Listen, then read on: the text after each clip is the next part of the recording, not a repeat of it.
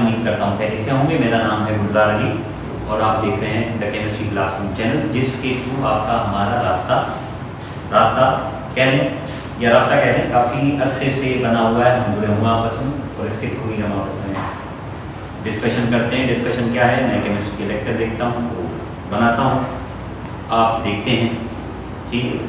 तो हमने ये जो पीएमसी का सिलेबस है ये शुरू किया हुआ है। तो इसमें कल हमने दूसरा चैप्टर पूरा किया था, आज हम तीसरा चैप्टर शुरू करते हैं, ठीक है।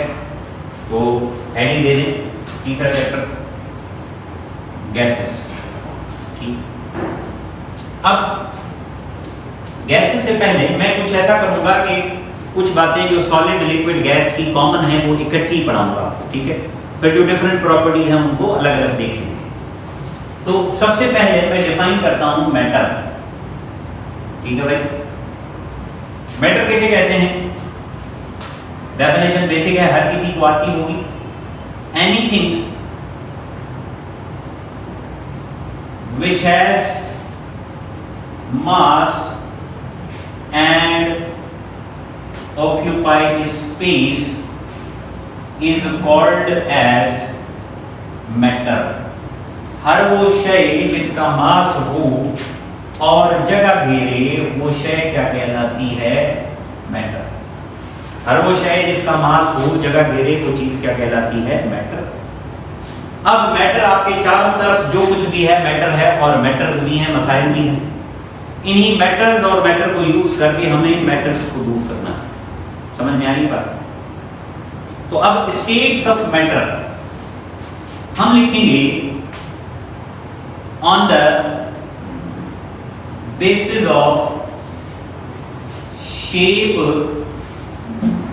And size there are 3 states of matter: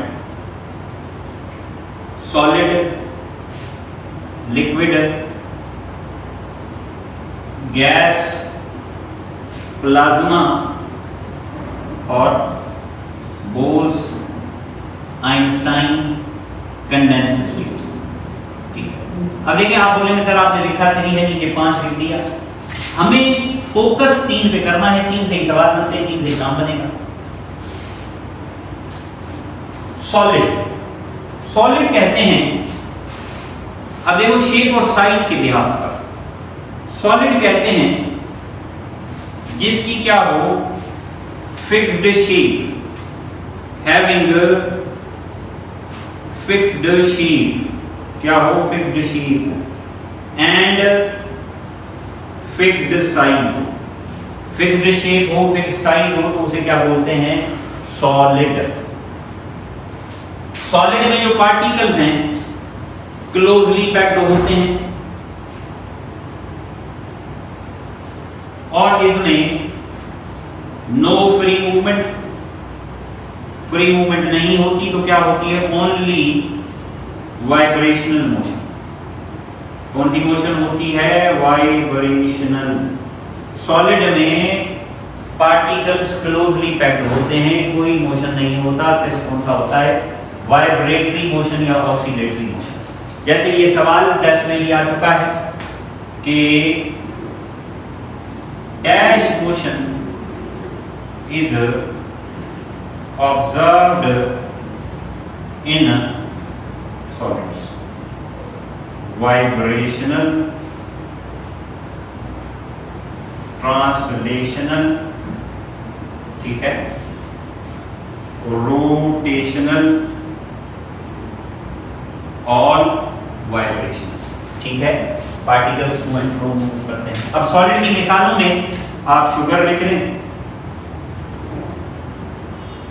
plastic लिख लें,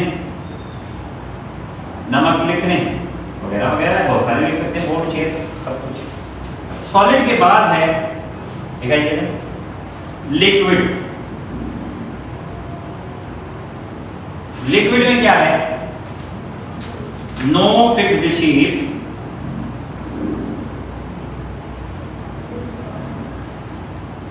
बट फिक्स्ड साइज।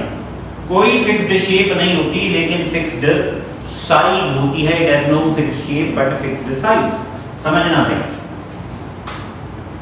अब यहां पार्टिकल्स क्या हैं? फेयरली पैक्ड, और ये पार्टिकल मूव करते हैं इन द फॉर्म ऑफ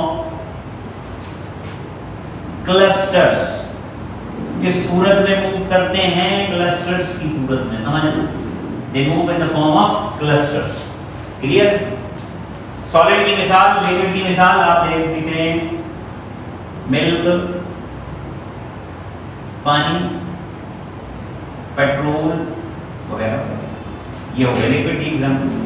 अब आता है गैस। गैस क्या है? State of matter having no fixed shape and no fixed size. ना फिक्स्ड शेप हो ना फिक्स्ड साइज हो, उसे क्या बोला जाएगा? उसे बोला जाएगा गैस।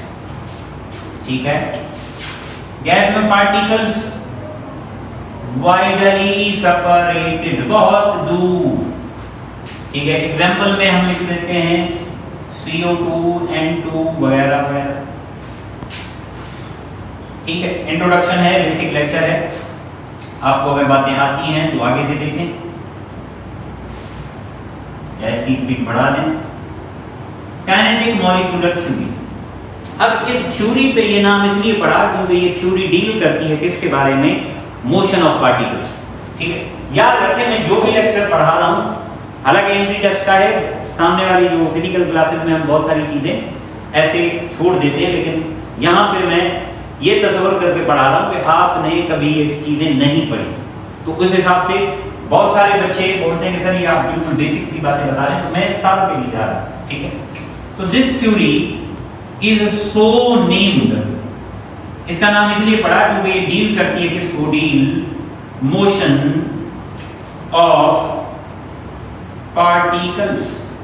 इस थ्योरी के ऊपर ये नाम इसलिए पड़ा क्योंकि ये थ्योरी किसको डील करती है?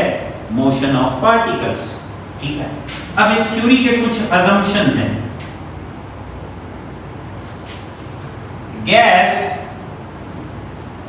Consist of large number of smaller particles। Gas मुश्तमिल होती है बहुत ज्यादा छोटे पार्टिकल्स पर, और उन पार्टिकल्स को बोला जाता है कॉल्ड एज मॉलिक्यूल्स। ठीक है? उन्हें क्या बोला जाता है? मॉलिक्यूल्स। अब उस मॉलिक्यूल के हिसाब से गैस की एटॉमिसिटी डिसाइड होती है। अब वो गैस मोनो एटॉमिक भी हो सकती है, मोनो एटॉमिक समझ रहे हो, एक एटम वाली, डायटॉमिक भी हो सकती है, ट्राइटॉमिक और पॉलीएटॉमिक। अब डाई के बाद में पॉली भी लिख सकता था। मोनो एटॉमिक में आप ये अपनी नोबेल गैसेस ले लें, हीलियम, नियोन, आर्गन वगैरह।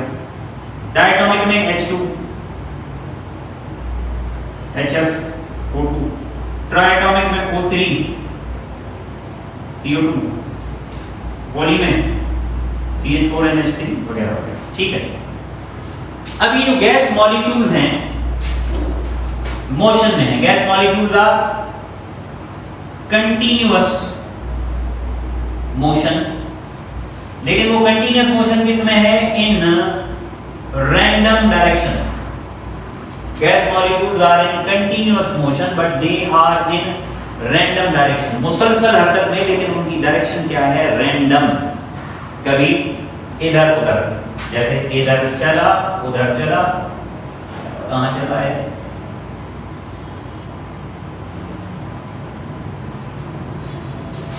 अब याद रखो, गैस मॉलिक्यूल सीधा जाएगा, जब तक किसी से टकराएगा नहीं तब तक सीधा जाएगा। टकराने के बाद फिर डायरेक्शन चेंज, फिर कैसे जाएगा? फिर सीधा जाएगा, फिर टकराने के बाद फिर डायरेक्शन चेंज, फिर कैसे जाएगा? सीधा जाएगा। अब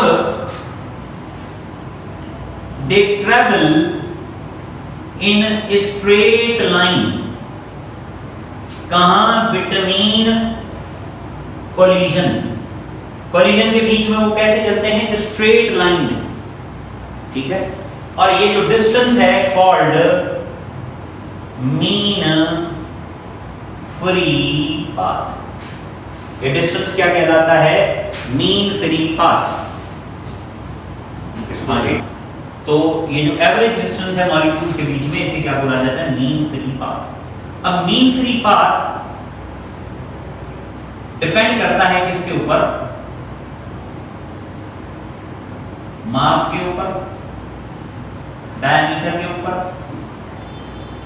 डेंसिटी के ऊपर, प्रेशर के ऊपर, टेम्परेचर के ऊपर।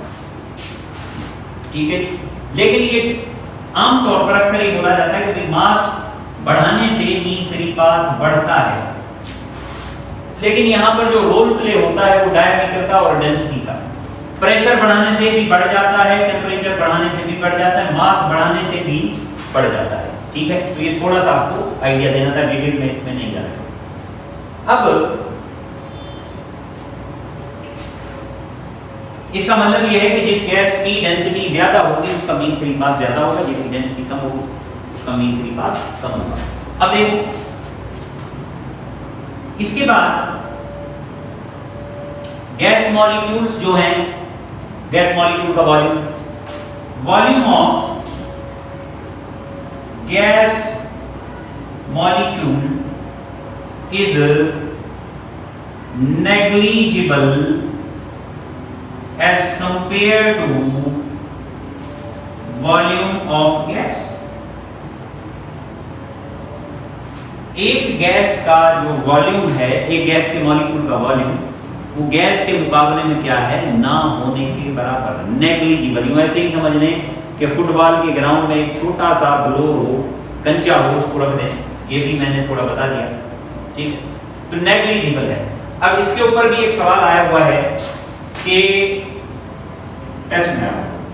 at which pressure volume of molecule is negligible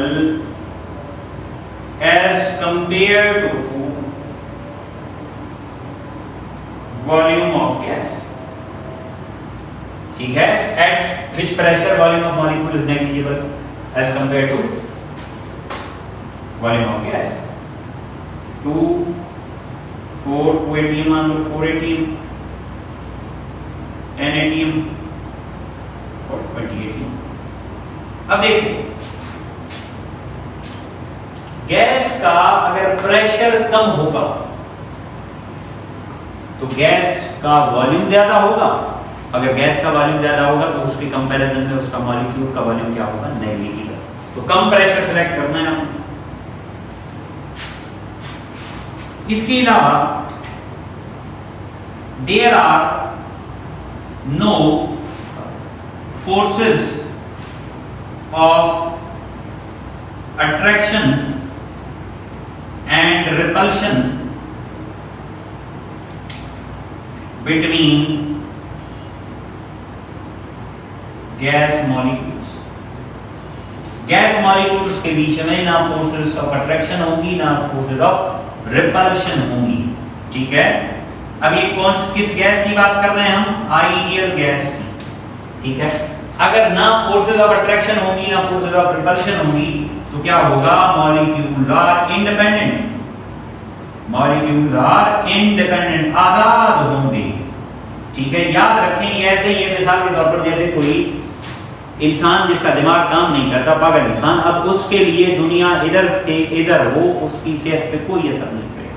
दुनिया में आबादी बढ़ जाए तो भी उसकी सेहत के ऊपर फर्क नहीं पड़ेगा, कम हो जाए तो भी उसके ऊपर फर्क नहीं पड़ेगा। तो गैस मॉलिक्यूल, आइडियल गैस के मॉलिक्यूल में भी अट्रैक्शन रिपल्शन नहीं है, तो हर मॉलिक्यूल आजाद है। उसके पीछे 100 मॉलिक्यूल हो या एक, उस पर कोई फर्क नहीं पड़ेगा, इसलिए हम बोलेंगे दे आर इंडिपेंडेंट। इसके अलावा pressure is due to collision of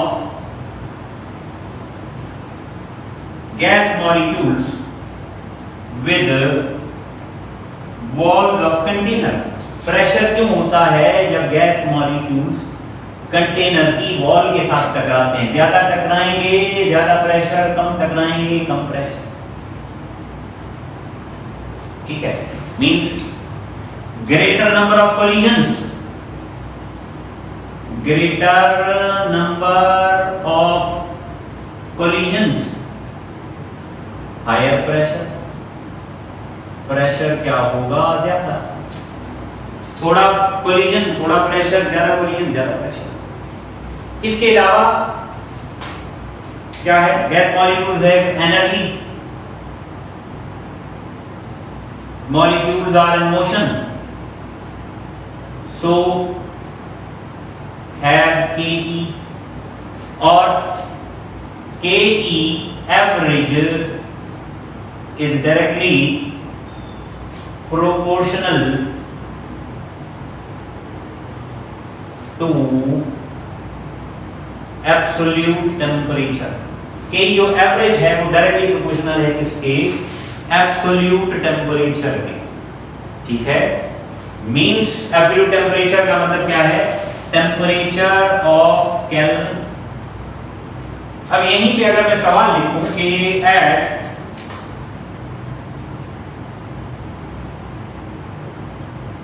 degree C, ये सवाल आ चुका है, विच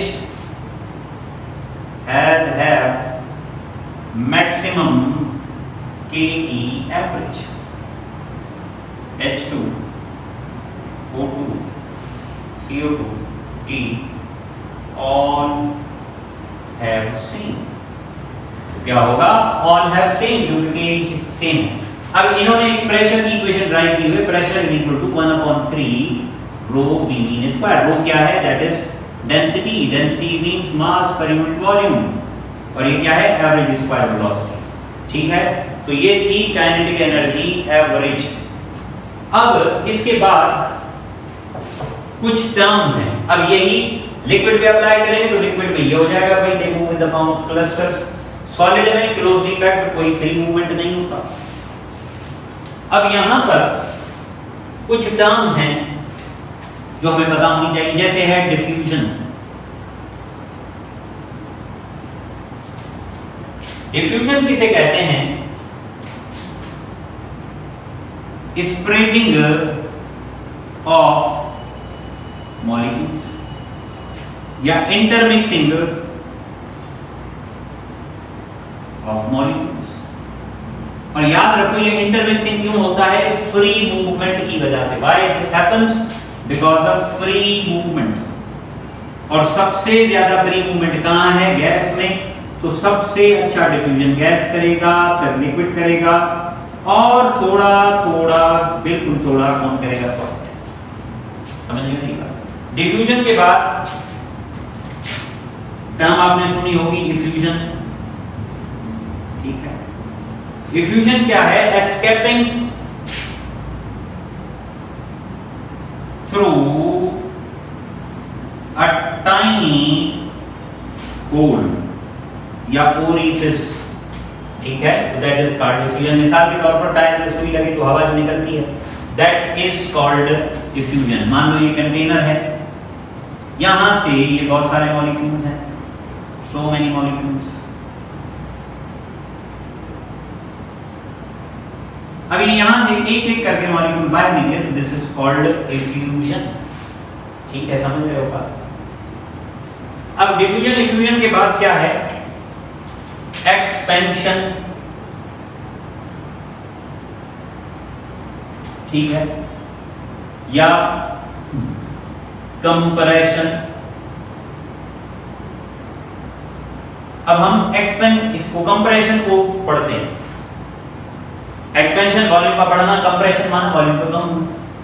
डिक्रीज इन वॉल्यूम, याद रखिए मैं किसके बारे में बता रहा हूं, compression. Decrease in volume, volume में कमी आए, रिडक्शन आए।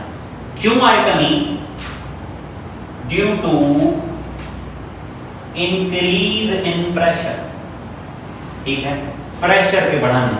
अब प्रेशर जब बढ़ेगा तो वॉल्यूम कम होगा। वॉल्यूम कम क्यों होगा, क्योंकि अगर मॉलिक्यूल्स के बीच में एम्प्टी स्पेस है तो वॉल्यूम कम होगा, अगर एम्प्टी स्पेस नहीं है तो वॉल्यूम कम नहीं होगा। अब सबसे ज्यादा एम्प्टी स्पेस कहां है, लार्ज एम्प्टी स्पेस यहां मैंने लिखा होगा, लार्ज एम्प्टी स्पेस लिख देते हैं कि gas molecule having very large empty space और वाइडली सेपरेटेड गैस मॉलिक्यूल्स क्या है, वाइडली सेपरेटेड। देख लेता हूं, ये मिस हो गया पॉइंट, ठीक है, वाइडली सेपरेटेड। अब तो सबसे ज्यादा डिफ्यूजन एक्सपेंशन कहां होगा, गैस में, फिर कहां होगा, लिक्विड में, फिर कहां होगा, सॉलिड में। समझ रहे हो? इसके बाद कॉन्ट्रैक्शन क्या है, कॉन्ट्रैक्शन भी रिडक्शन है, reduction in volume due to decrease in temperature में कमी आए तो वॉल्यूम कम हो, तो that is called reduction in volume, that is called contraction. अब यहां से पता चल रहा है कि V और T में इनवर्स रिलेशन, यहां से पता चल रहा है V और T में क्या है, डायरेक्ट रिलेशन। ठीक है जी, इसको नोट करें। हाँ जी स्टूडेंट, तो आज वाले लेक्चर में हम पढ़ेंगे, क्या पढ़ेंगे, हमने नया चैप्टर शुरू किया है गैसेस वाला। तो इसमें हमने सबसे पहले मैटर कहा कि भाई मैटर क्या है, कोई है जिसका मास हो, जगह घेरे, दैट इज कॉल्ड मैटर। फिर मैटर की स्टेट्स देखी, 5 होती हैं, लेकिन 5 में से हमने काम करना है 3 फेज, सॉलिड, लिक्विड, गैस।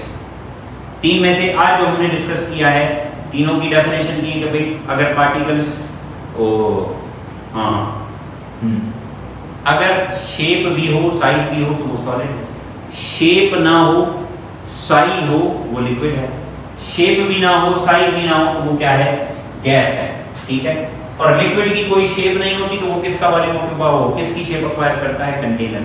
उसके बाद हमने देखा कि काइनेटिक मॉलिक्यूलर थ्योरी में हमने ये देखा कि गैस मुश्तमिल होती है मॉलिक्यूल्स पर, फिर मॉलिक्यूल्स की हमने एटॉमिसिटी देखी, फिर हमने देखा कि उसका एक मॉलिक्यूल का वॉल्यूम क्या होता है, नेग्लिजिबल। फिर हमने देखा कि गैस मॉलिक्यूल मुसलसल हरकत में होते हैं, फिर हमने उसका मीन फ्री पाथ देखा, फिर हमने देखा कि उसका प्रेशर क्यों होता है, फिर हमने देखा उसमें इंटरमॉलिक्यूलर फोर्सेस, फिर हमने काइनेटिक एनर्जी देखी, और उसके बाद हम देखेंगे कि प्रेशर की कौन सी इक्वेशन है, फिर हमने देखा डिफ्यूजन, एक्सपेंशन, कंप्रेशन, कॉन्ट्रैक्शन, ये सारी चीजें हमने डिस्कस की हैं। तो आई होप आपको समझ में आया होगा। Thank you.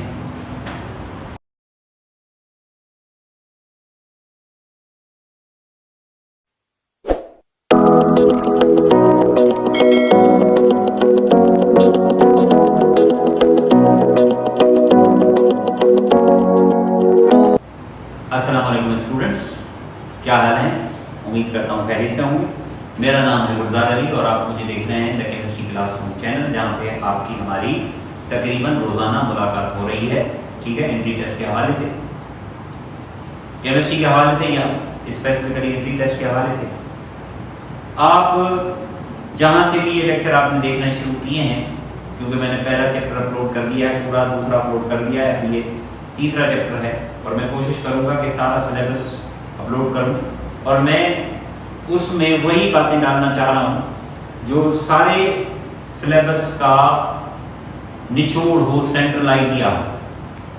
ठीक है, चाहे आप फेडरल के स्टूडेंट हों, चाहे आप सिंध बोर्ड के हों, चाहे केपीके के हों, चाहे बलूचिस्तान के हों, चाहे पंजाब के हों, ये सारों के लिए आप सारे देख सकते हैं, और आप अपने बुक से इन बातों को रिलेट भी कर सकते हैं जो मैं आपको बता रहा होता हूँ। और वैसे भी जो पीएमसी का सिलेबस है वो यूनिफॉर्म है, और उन्होंने आउटलाइन भी दे रखी है, तो हमें वही एरियाज कवर करने हैं जो उन्होंने आउटलाइन में दे रखी है। वैसे अगर वो जनरल टॉपिक दे देते अल्केन, तो अल्केन सिंध बोर्ड में अलग है, अल्केन पंजाब में अलग है। ठीक है, कहीं पे उसकी प्रिपरेशन है, कहीं पे उसकी डायरेक्ट रिएक्शंस लिख रहे हैं, लेकिन उन्होंने टॉपिक दे दिए। तो अब आपको इसी कश्मकश में, जैसे स्टूडेंट्स पूछ रहे हैं कि सर क्या ये हम देख सकते हैं, क्या हम ये देख सकते हैं, हमारा ताल्लुक फलां बोर्ड से है, फलां बोर्ड से है, बल्कि फलां प्रोविंस से है, तो मेरी यही, पहले भी मैंने बताया था, अभी दोबारा बोल रहा हूँ कि आप किसी भी उससे ताल्लुक हो आपका, प्रोविंस से, आपके लिए इक्वली इम्पोर्टेंट है। ठीक है जी, पढ़ाई अपनी करते रहें, और अगर आपको ये आता है तो आप रिवीजन की वजह से इसकी स्पीड बढ़ा के देख लें।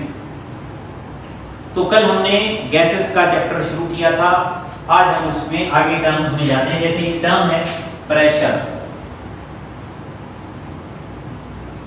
प्रेशर क्यों होता है? केमिस्ट्री का पोस्टुलेट था कि it is due to collision of gas molecules with walls of container. Pressure क्यों होता है? जब गैस मॉलिक्यूल्स कंटेनर की वॉल्स के साथ टकराते हैं, ठीक है। Pressure is due to collision of gas molecules with the walls of container. Mathematically इसकी डेफिनेशन करें तो ये क्या बनेगा? Force per unit area, force per unit area P is equal to F upon A। अगर यूनिट की बात हो तो यूनिट क्या बनेगा? यूनिट बनेगा newton per metre square pascal. इसको मेजर किया जाता है ATM, atmosphere, torr, mmHg, cmHg, psi pound per square inch. अब इन यूनिट्स की इंटर कन्वर्जन्स पता होनी चाहिए।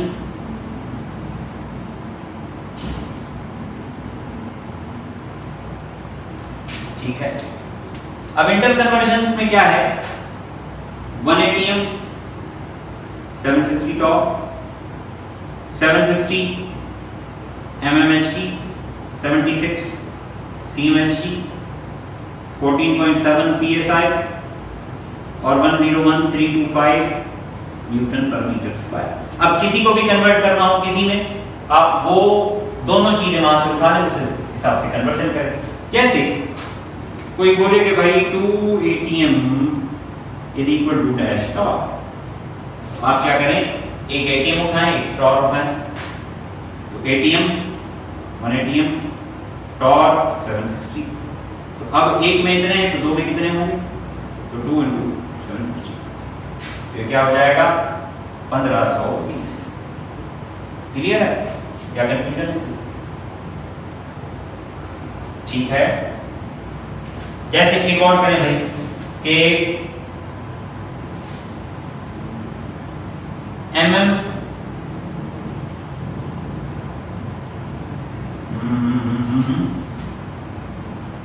के 1 mmHg is equal to dash cmHg। एक mmHg में कितने cmHg? mm millimetre, hg mercury, cm centimetre, hg mercury. अब दोनों उठाएं mm और ये, तो क्या है? 760 is equal to mmHg is equal to 76 cmHg। क्या हो रहा है? अब क्या होगा? एक हमें चाहिए तो 1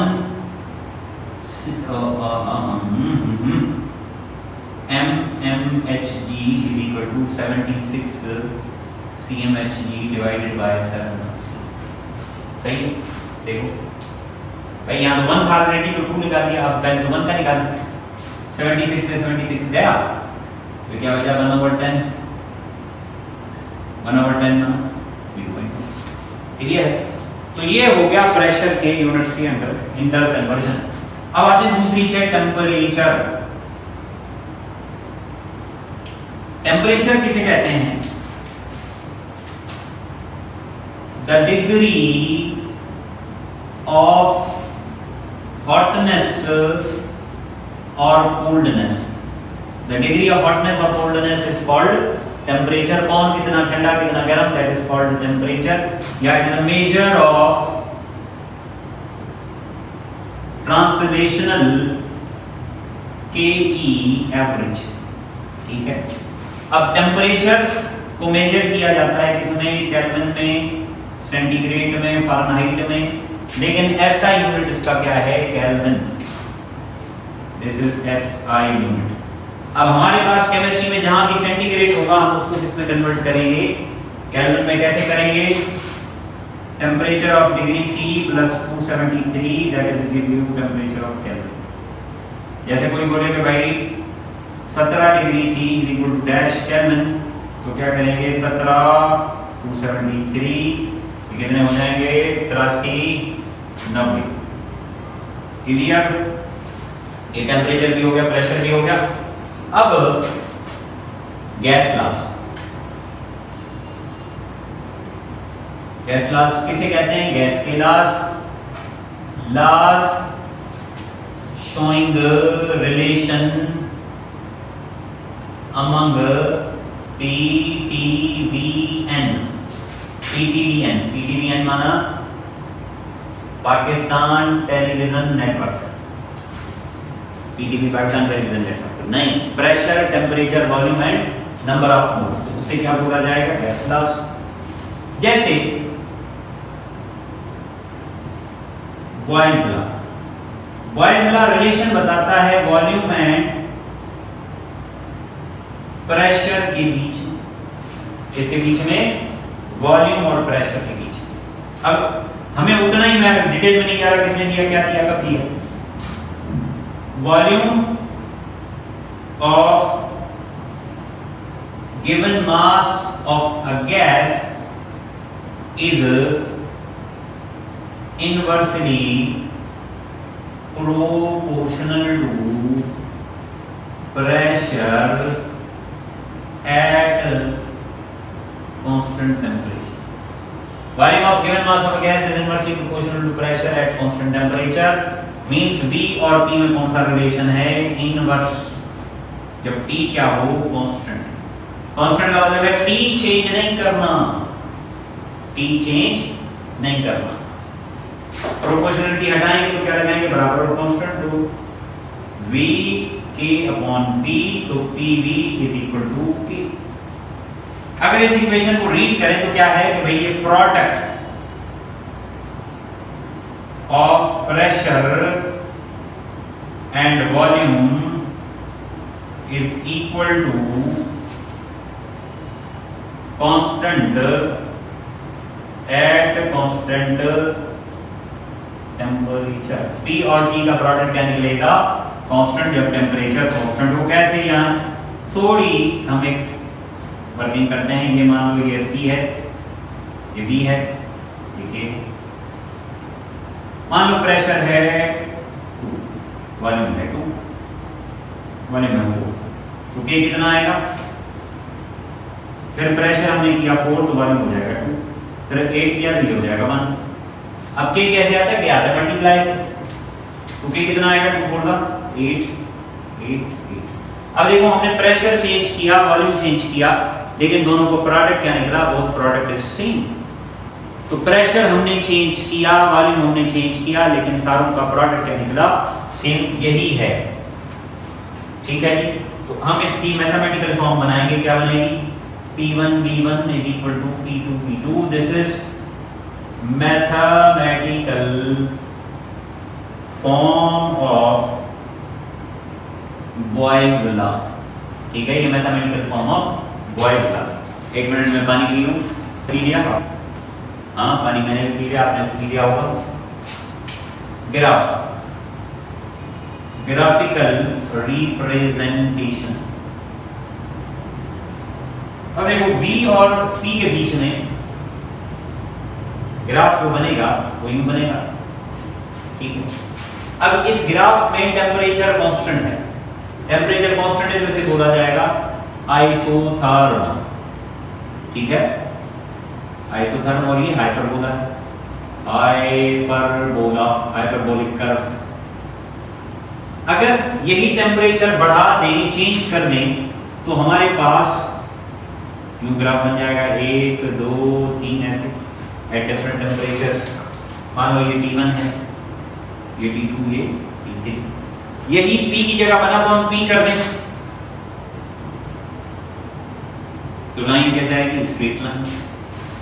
ठीक है। और इसी में मुख्तलिफ टेम्परेचर्स कर दें तो V 1/P के बीच में ऐसे डिफरेंट आ जाए। T1 T2। क्लियर है? समझ के बाद तो this is the graphical representation of Boyle's law. अब बचा चार्ल्स लॉ। चार्ल्स लॉ क्या दिखाता है relation between volume and absolute temperature, volume और एब्सोल्यूट टेम्परेचर के बीच का रिलेशन, बीच का ताल्लुक। ये क्या कहता है कि volume is directly proportional to absolute temperature, volume is directly proportional to absolute temperature eight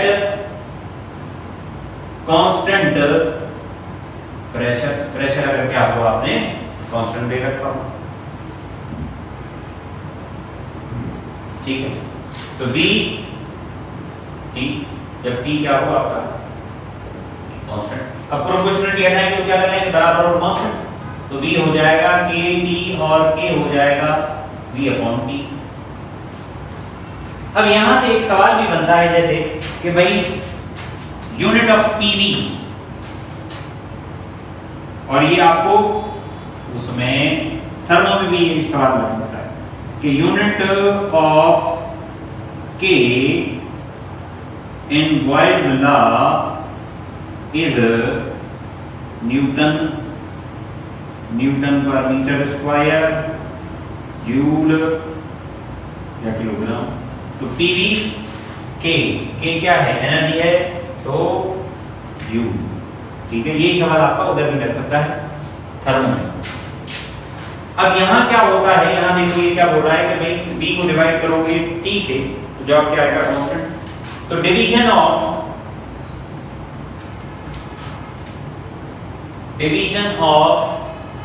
V and T is equal to constant at constant temperature, ठीक है। Division of V and T is constant is equal to at constant temperature, समझ रहे हो। अब इसका अगर equation बनाए mathematical तो V1/T1, V2/T2। This is mathematical form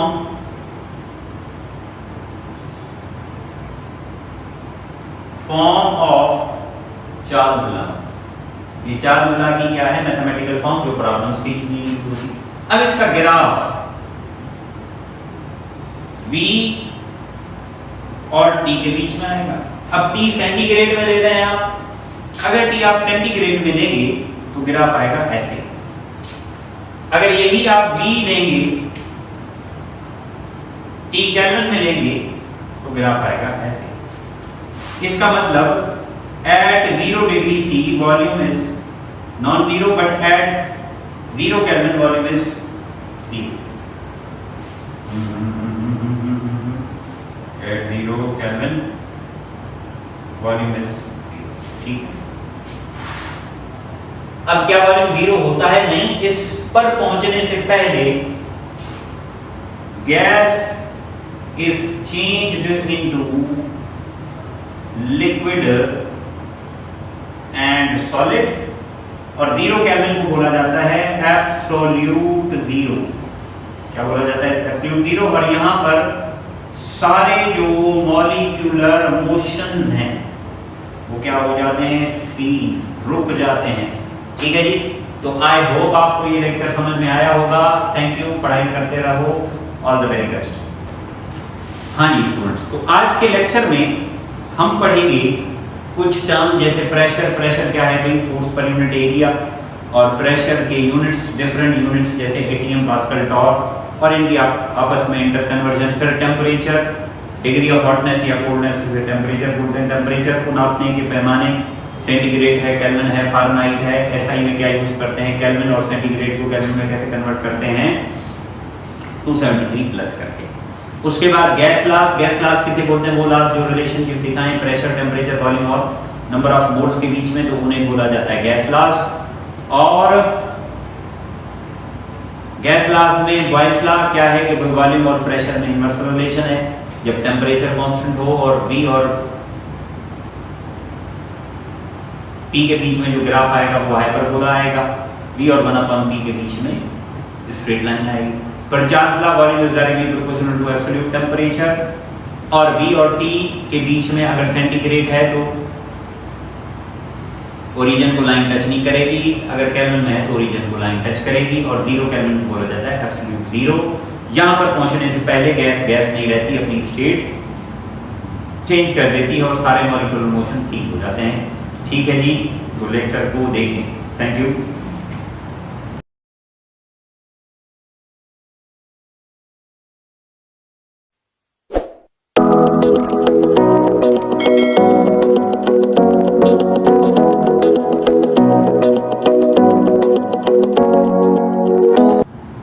अस्सलाम वालेकुम स्टूडेंट्स, क्या हाल है? उम्मीद करता हूँ खैरियत से होंगे। मेरा नाम है गुलजार अली और हम जहाँ मिलते हैं उस चैनल का नाम है द केमिस्ट्री क्लासरूम। हमने सिलसिला शुरू किया हुआ है प्रीलिमिनरी टेस्ट एमडी कैट में केमिस्ट्री के पोर्शन का सॉल्यूशन बना रहे हैं। 2 चैप्टर हम मालूम कर चुके हैं, तीसरे पे हम जारी हैं। तो कल हमने बॉयल्स लॉ, चार्ल्स लॉ पढ़ा था, आज हम आगे बढ़ते हैं। ठीक है, Avogadro's law, Avogadro's law.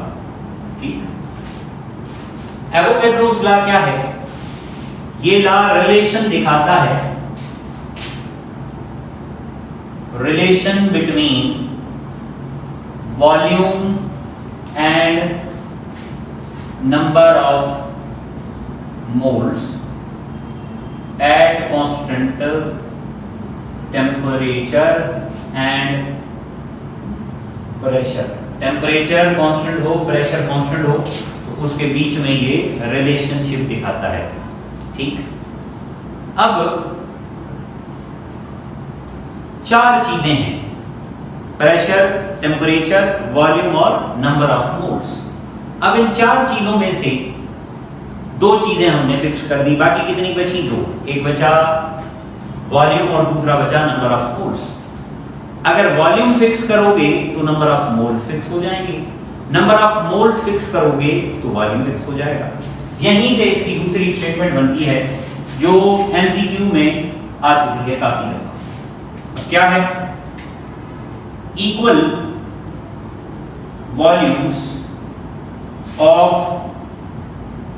all the gases at same temperature and same pressure contain same number of moles. Equal volumes of all the gases at same temperature and pressure contain the same number of moles. अगर number of mole same होंगे तो number of molecules भी क्या होंगे? Same. तो mathematically हम ये कह सकते हैं कि वॉल्यूम इज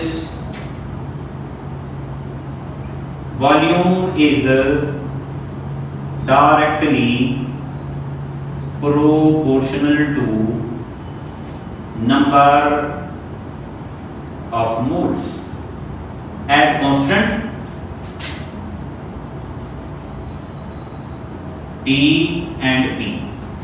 तो मैथमेटिकली क्या होगा?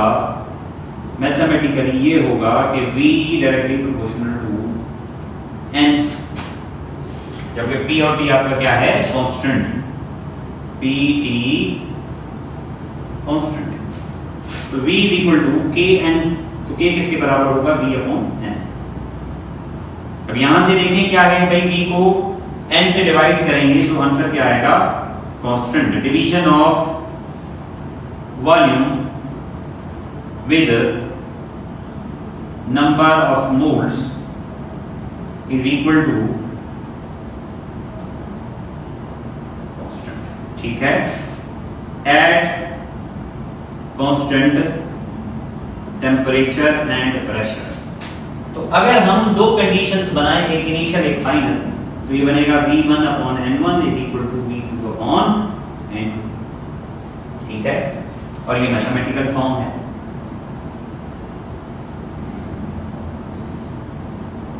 अब यहीं से एक सवाल आता है कि dash are determined by using Avogadro's law. Temperature, pressure, mass relative molecular masses. ठीक है, तो Avogadro law relative molecular masses calculate करने के लिए इस्तेमाल होता है। कैसे, उसका थोड़ा फार्मूला भी समझ लेते हैं।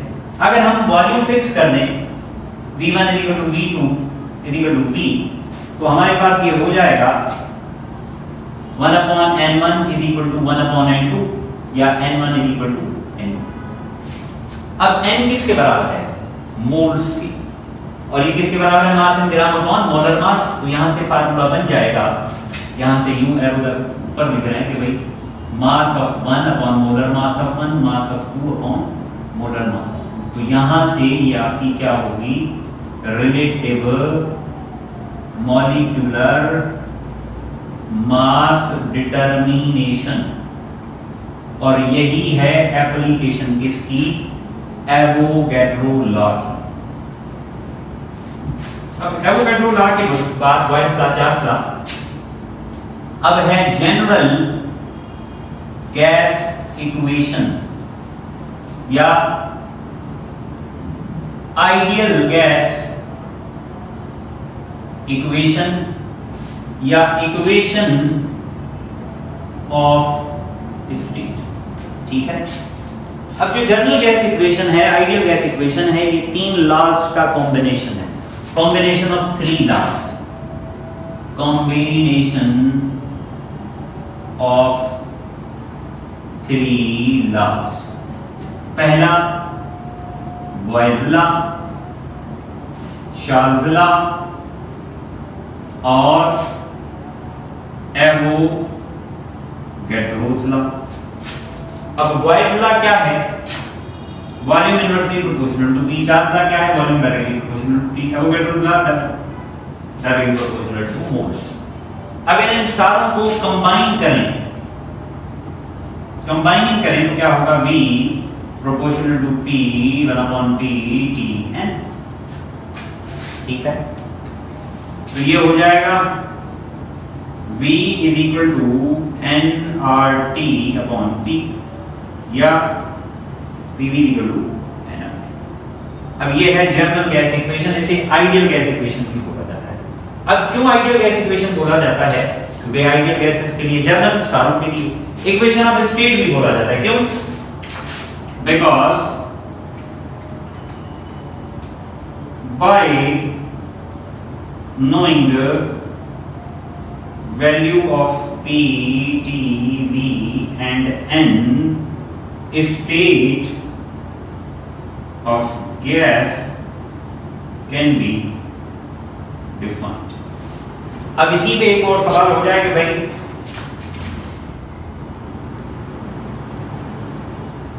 the general gas equation for 1 mole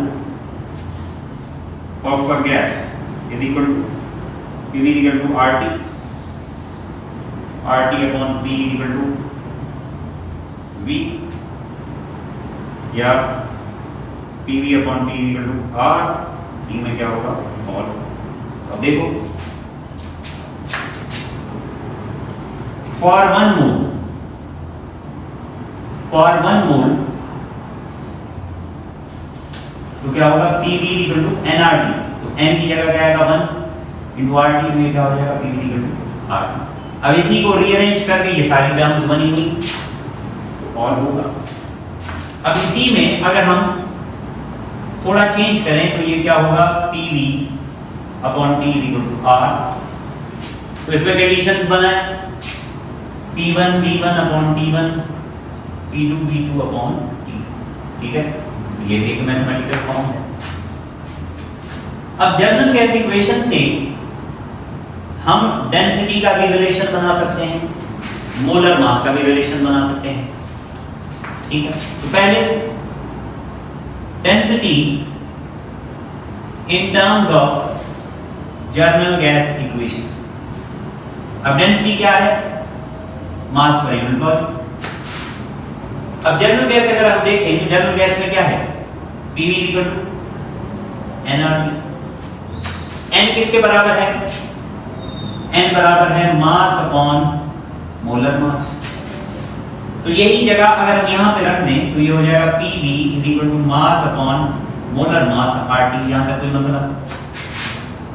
rearrange करें तो ये हो जाएगा PVM mRT। और करें वॉल्यूम को उधर, RT को इधर, इधर का उधर, उधर का इधर, तो क्या होगा PM upon RT is equal to M upon V। और यही M अपॉन V हमारा किसके बराबर है? डेंसिटी के। अब डेंसिटी का आपके फार्मूला क्या बना? PM upon RT that is density is directly proportional to M। Molar mass ज्यादा होगा तो डेंसिटी ज्यादा होगी। Again density directly proportional to pressure, pressure ज्यादा होगा तो डेंसिटी ज्यादा होगी। ये सवाल आ चुका है। Density inversely proportional to temperature, temperature ज्यादा होगा तो डेंसिटी कम होगी। Same case molar mass in terms of general gas equation. अब एक तो इसका ये वाला फार्मूला आप उठा सकते हो कि भाई dRT upon P is equal to M, या डेंसिटी की जगह मास पर यूनिट वॉल्यूम भी लगा सकते हो। डेंसिटी की जगह मास पर यूनिट वॉल्यूम भी लगा सकते हो। ठीक है। अब व्हाट इज R? R जो है वो क्या है? Universal gas constant. R क्या है? Universal gas constant. Universal gas constant माना, अब देखो दो चीजें होती हैं साइंस में, एक होता है कांस्टेंट, दूसरा होता है यूनिवर्सल कांस्टेंट। ठीक, कांस्टेंट, यूनिवर्सल कांस्टेंट। कांस्टेंट किसे कहते हैं? A constant having a constant value under constant conditions. ठीक है। A constant having constant value under constant conditions is called as constant. वो कांस्टेंट जिसकी कांस्टेंट वैल्यू हो कांस्टेंट कंडीशंस पे, उसे बोला जाएगा कांस्टेंट। अब इस पे एक शेर सुनेगा। क्या है शेर भाई? अब जैसे कांस्टेंट का लफ्ज बार बार आया है तो एक शेर आपने सुना होगा, नहीं सुना होगा तो सुन लो। एक लफ्ज है संग। संग का मतलब है पत्थर। तो शेर सुन। संग दिल संग लेकर संग दिल के घर गया। संग दिल संग लेकर संग दिल के घर गया। संग दिल ने संग मारा, संग खाकर मर गया। ठीक है। मतलब कि भाई पत्थर लेकर पत्थर दिल के घर गया, पत्थर दिल ने पत्थर मारा, पत्थर खाकर मर गया। ये वही बात है कि constant having constant value under constant conditions is called as constant. जैसे छोटा g acceleration due to gravity या कूलम्स वाला k, ये क्या है? कांस्टेंट। यूनिवर्सल कांस्टेंट का मतलब क्या है कि जिसकी वैल्यू हर जगह कांस्टेंट हो तो उसे क्या बोला जाएगा? Universal gas constant. Universal constant जैसे कैपिटल G। अब इसकी जो वैल्यू है दो किस्म की है। एक इसकी वैल्यू है 0.0821 atm tm क्यूब पर मोल पर केल्विन। यूनिट भी याद है। ये वैल्यू कब होगी? यूनिट याद कर लो भाई, यूनिट का सवाल बाकायदा आता है। atm tm क्यूब पर मोल पर केल्विन। ये वैल्यू कब होगी? जब आपका प्रेशर हो atm में, वॉल्यूम हो dm में। दूसरी वैल्यू इसकी है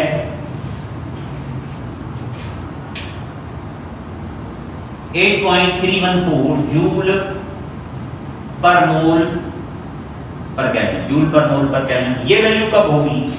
ये वैल्यू तब होगी जब P हो न्यूटन पर मीटर स्क्वायर में और वॉल्यूम हो मीटर क्यूब। ठीक है।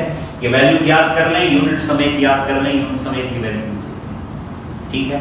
समझ में आ रही बात या कंफ्यूजन है? कोई नोट करें आप इसको। हाँ जी। तो स्टूडेंट्स, आज के लेक्चर में हम पढ़ेंगे, क्या पढ़ेंगे? हम पढ़ेंगे एवोगैड्रोस लॉ क्या है। भाई एवोगैड्रो लॉ क्या है? वो कानून जो रिलेशन दिखाए किसके दरमियान? वॉल्यूम और नंबर ऑफ मोल्स के दरमियान जब प्रेशर और टेम्परेचर कांस्टेंट हो तो उसे एवोगैड्रो लॉ बोला जाएगा। और एवोगैड्रो की लॉ की स्टेटमेंट पेपर में आती है कि भाई equal volumes of all the gases under same temperature and pressure contain same number of moles या मॉलिक्यूल्स।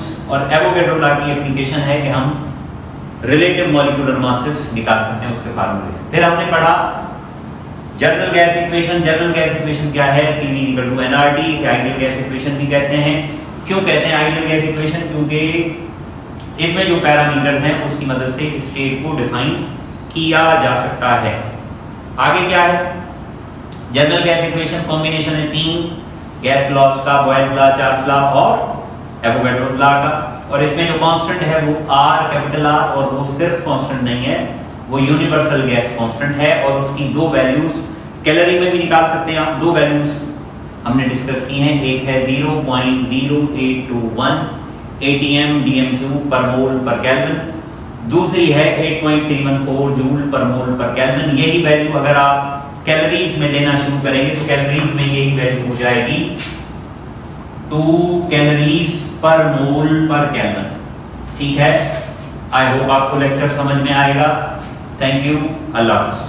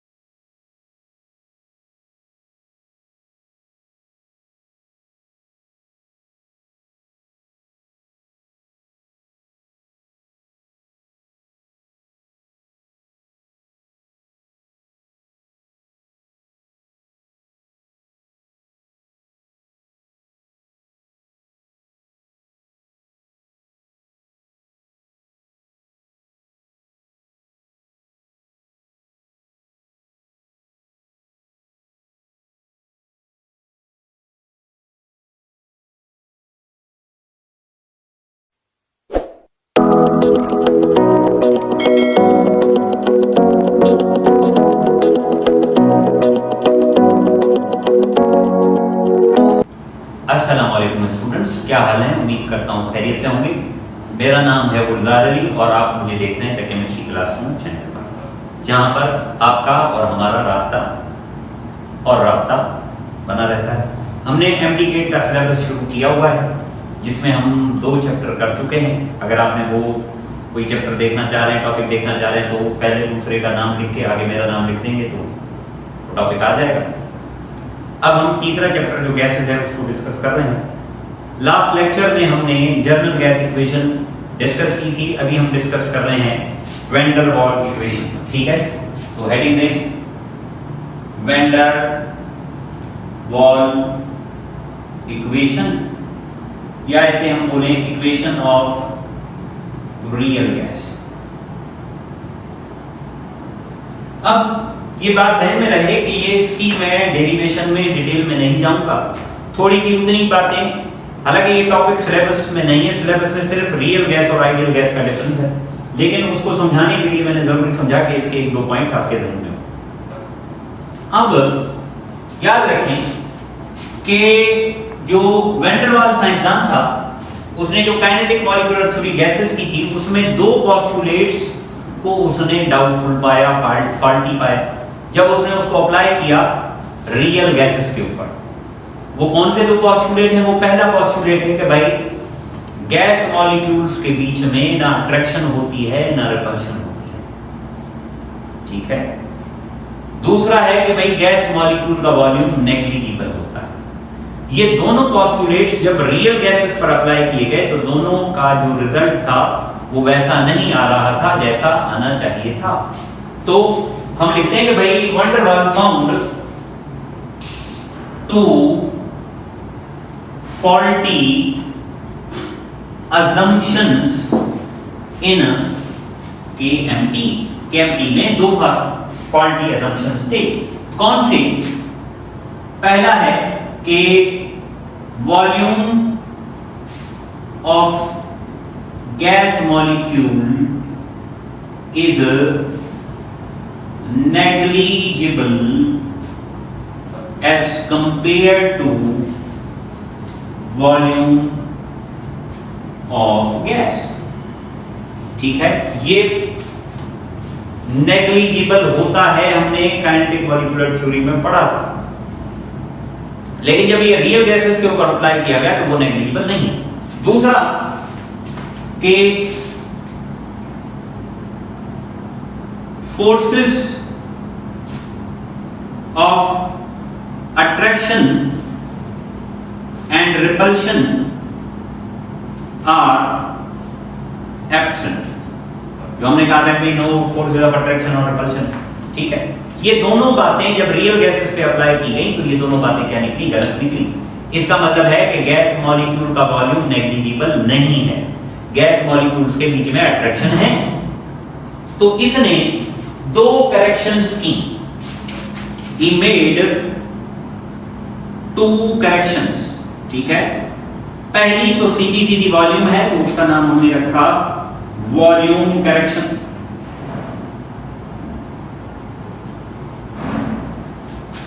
ठीक है, वॉल्यूम करेक्शन में इसने ये बताया कि भाई वॉल्यूम होगा और उसमें वो क्या होगा, volume is equal to V minus NV। ठीक है, B क्या है? B is constant, van der वाल कांस्टेंट, इसके बारे में हम पढ़ते हैं। दूसरी किसके बारे में है? फोर्सेस के बारे में। तो अगर आप देखेंगे तो जनरल गैस इक्वेशन में कोई ऐसा पैरामीटर नहीं है जिसमें फोर्स है। जनरल गैस इक्वेशन क्या है? If you know PV is equal to nRT है, तो देखें फोर्स नहीं है। लेकिन अगर आप थोड़ा गौर करेंगे प्रेशर की डेफिनेशन में, तो प्रेशर की डेफिनेशन के अंदर फोर्स है। तो इसने दूसरी जो करेक्शन की वो की फोर्स की वजह से, लेकिन फोर्स की वजह से वो इंपैक्ट किस पे आया इक्वेशन में? प्रेशर पे। तो उसने उसका नाम रखा प्रेशर करेक्शन।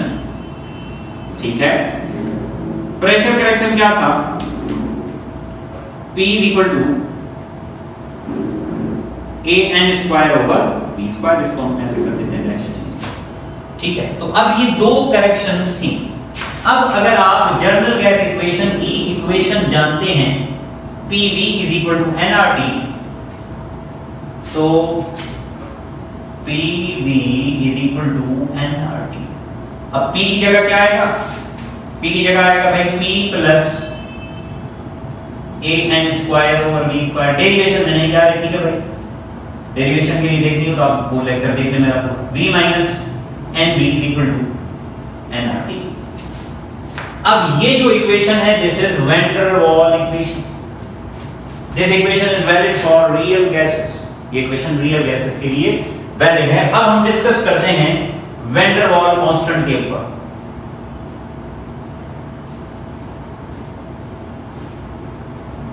पहला है A को हम बोल दें अट्रैक्शन कांस्टेंट, ठीक है, या वैन डर वाल कांस्टेंट फॉर अट्रैक्शन। अब आपको पता होना चाहिए कि किसमें A ज्यादा होगा, A कम होगा। अब उसमें A ज्यादा होगा जिसमें फोर्स ज्यादा होगी। जैसे यहां पे मैं सवाल लिखूं, इधर ही लिख देता हूं कि which is expected to have higher value of A। ठीक है, दिखाई दे रहा है बात? सही, इनको बर्बाद। ठीक, अब देखो मैंने लिखा H2, मैंने लिखा O2, मैंने लिखा HF, मैंने लिखा CH4। अब यहां आप देखेंगे कि अट्रैक्शन ज्यादा किस में है? H2 non polar, O2 non polar, CH4 non polar, HF ना सिर्फ पोलर बल्कि यहां पे हाइड्रोजन बॉन्ड है जबरदस्त मिस्टर डॉक्टर भाई। ठीक है, अब अगर यूनिट की बात करें, यूनिट ऑफ ए, तो ए को देखो यहां पर अगर हम ए देखें तो P और ये पूरा आपस में प्लस हो रहा है, तो इसका मतलब दोनों का यूनिट आपस में बराबर है। a n square over b square. अब हमें a का यूनिट चाहिए, ठीक है, बल्कि इसको इधर लिखते हैं ताकि वो एक ही दफा में पूरा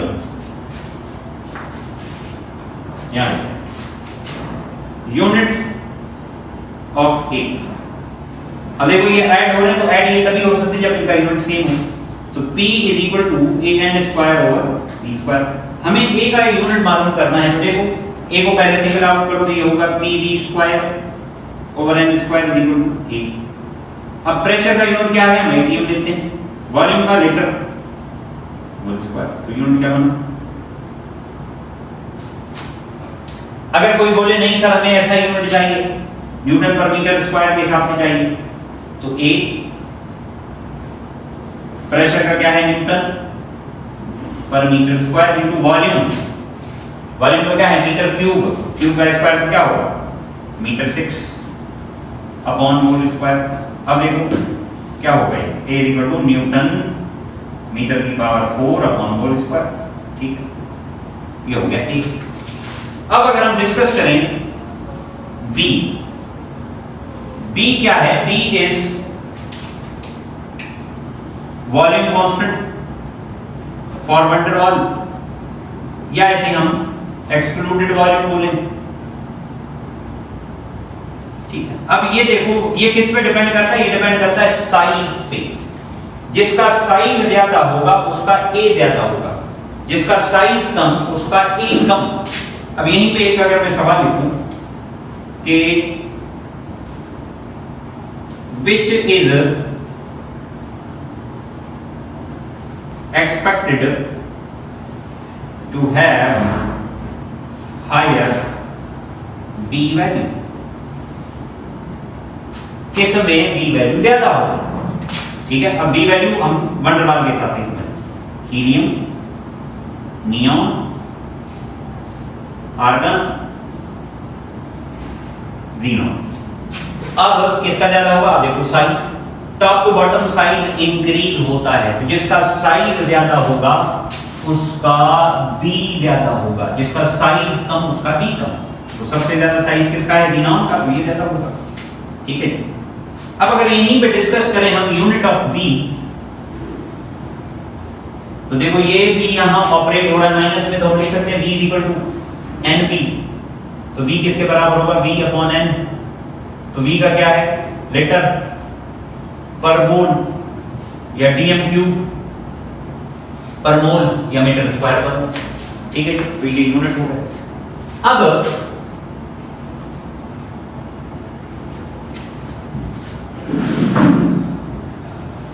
अब हम एक और टर्म पढ़ते हैं, कंप्रेसिबिलिटी फैक्टर। ठीक है, हाँ जी, तो देखें हम ये यूनिट्स पे डिस्कस कर रहे हैं जनरल गैसिफिकेशन। अब कंप्रेसिबिलिटी फैक्टर, कंप्रेसिबिलिटी फैक्टर क्या है, the ratio of PV to nRT is known as compressibility factor। तो Z हमारा होगा किसके, PV अपॉन nRT। ठीक है, अब यही बात हमें आगे काम आएगी। अब हम पढ़ते हैं भाई रियल गैस। रियल गैस उस गैस को कहते हैं जो गैस लॉस को ओबे ना करे, do not obey gas laws. जो गैस लॉस को ओबे ना करे उस गैस क्या बोला जाएगा, रियल गैस। अगर गैस लॉस को ओबे नहीं करेगा तो PV is equal to nRT भी नहीं होगा, ठीक है ना। अगर गैस ला ओबे नहीं करेगा तो PV इक्वल टू nRT नहीं होगा। अगर PV is equal to nRT नहीं होगा तो आपका जो Z है वो भी 1 के बराबर नहीं होगा। यहां देखो मैंने Z PV equal to nRT लिखा है, तो PV और nRT आपस में बराबर है। अगर न्यूमरेटर और डिनोमिनेटर बराबर होते हैं तो डिवीजन का जवाब आता है 1। अगर ये दोनों आपस में बराबर नहीं है तो Z 1 के बराबर नहीं आएगा। यह सवाल काफी दफा आ चुका है कि भाई Z is equal to 1 for what, Z is equal to not equal to 1 for what, ठीक है। अब जो गैसेस हैं डेविएट करती हैं फ्रॉम आइडियल बिहेवियर, क्यों, कितनी कंडीशंस पे, 2 कंडीशंस पे। या आपके पास हाई प्रेशर हो तो गैस डेविएट करेगी, या लो टेम्परेचर हो तो डेविएट करेगी। अब ये सारे जो मैंने लिखे हैं ये सारे सवाल के तौर पर आ चुके हैं बहुत दफा।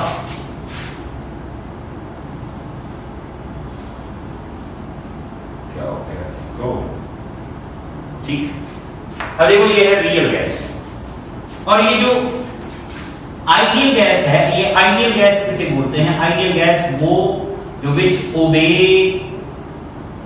Gas laws at all temperature and pressure। अगर सारे टेम्परेचर प्रेशर पे गैस ला ओबे करेगा तो इसका मतलब आपका PV is equal to nRT के बराबर आएगा। अगर PV is equal to nRT के बराबर आएगा तो दोनों का डिवीजन किसके बराबर आएगा? 1 for that Z is equal to 1। अब गैसेस बिहेव आइडियली एट, इसका उल्टा कर दो, प्रेशर लो टेम्परेचर। अब अगर कोई बोले कि भाई मेन काज ऑफ डेविएशन क्या है?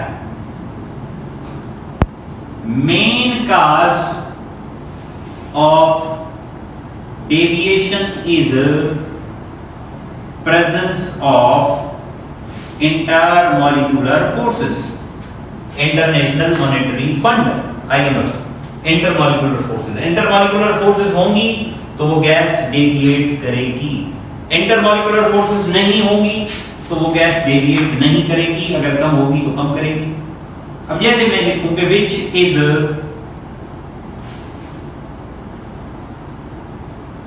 विच डेविएट्स मोर। अब ऑप्शन में मैंने लिखा H2O2 CH4 NH3। अब देखो डेविएट ज्यादा वो करेगी जिसमें इंटरमॉलिक्यूलर फोर्स स्ट्रांग हो। अब देखो ये नॉन पोलर, ये नॉन पोलर, ये नॉन पोलर, ये पोलर, और पोलर के साथ साथ इसमें क्या है? Hydrogen bond. यही सवाल मैं लिखूं कि विच इज